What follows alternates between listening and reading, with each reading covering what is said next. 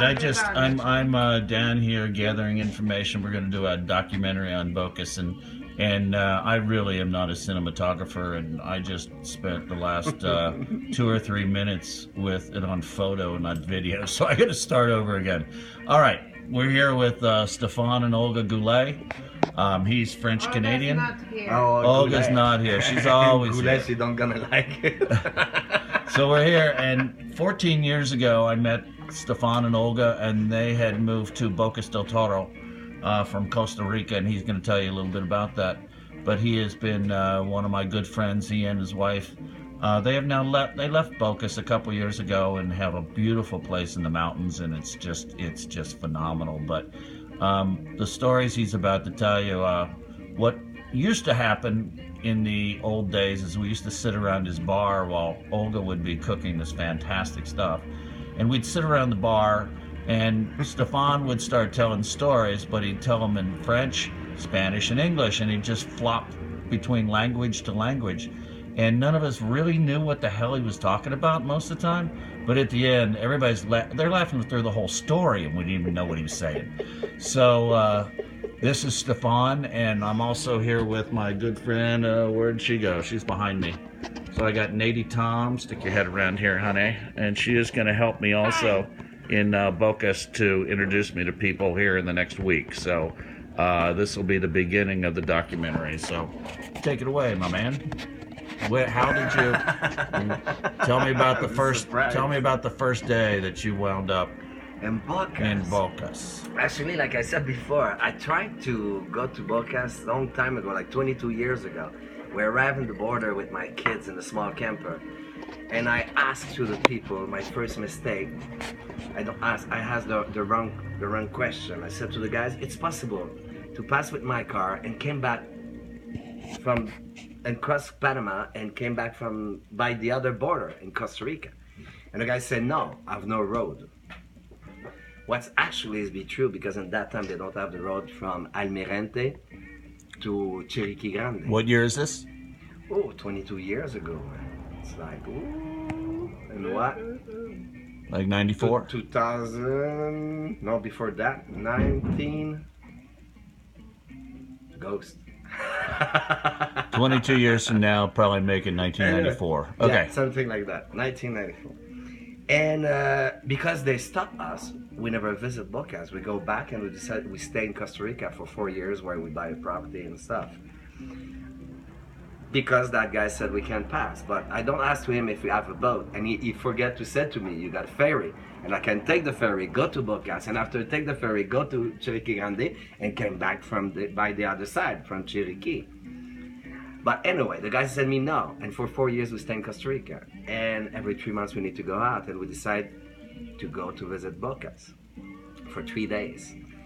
And we go with some friends, and we take the ferry in Chiriquí Grande.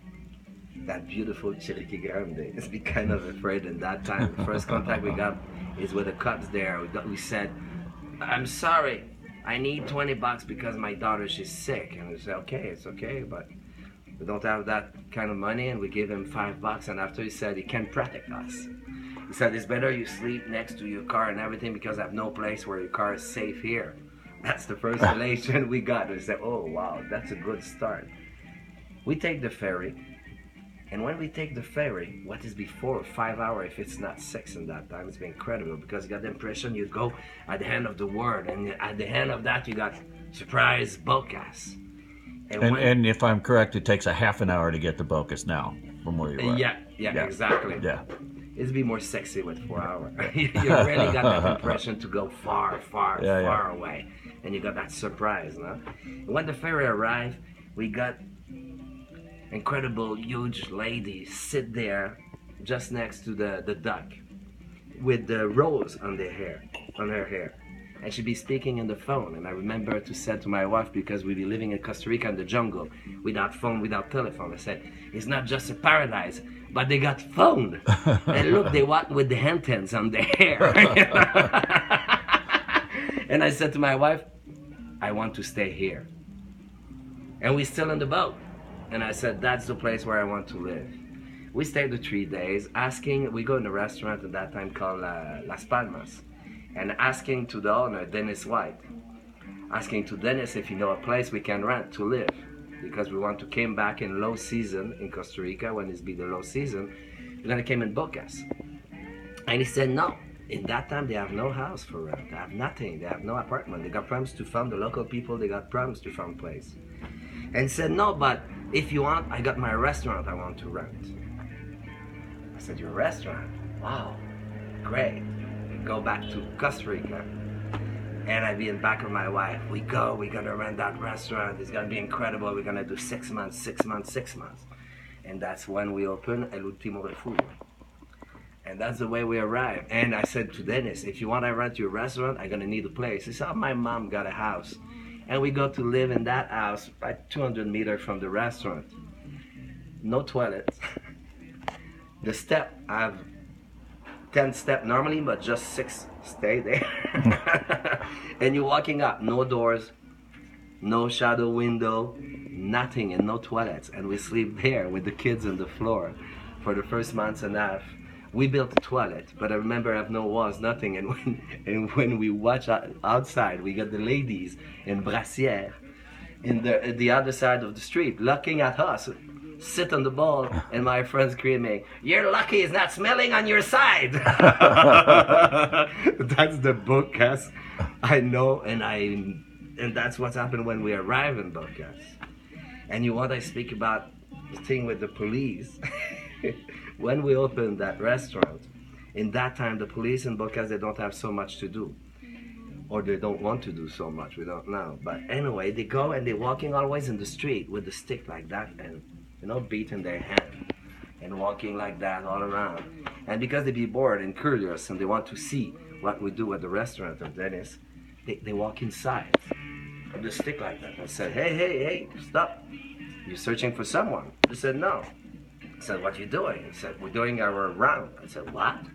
You pass like that in restaurant? You look like beast, you're pissed off and everything? He said, no way, you can do that in my restaurant. And they push me and they go inside the restaurant. And I lock the door. Back of him is be a restaurant over the water. And they be locked there and start to freaking out. This is what you're doing. He said, the next time you came to fuck with my guests, you're gonna go swimming.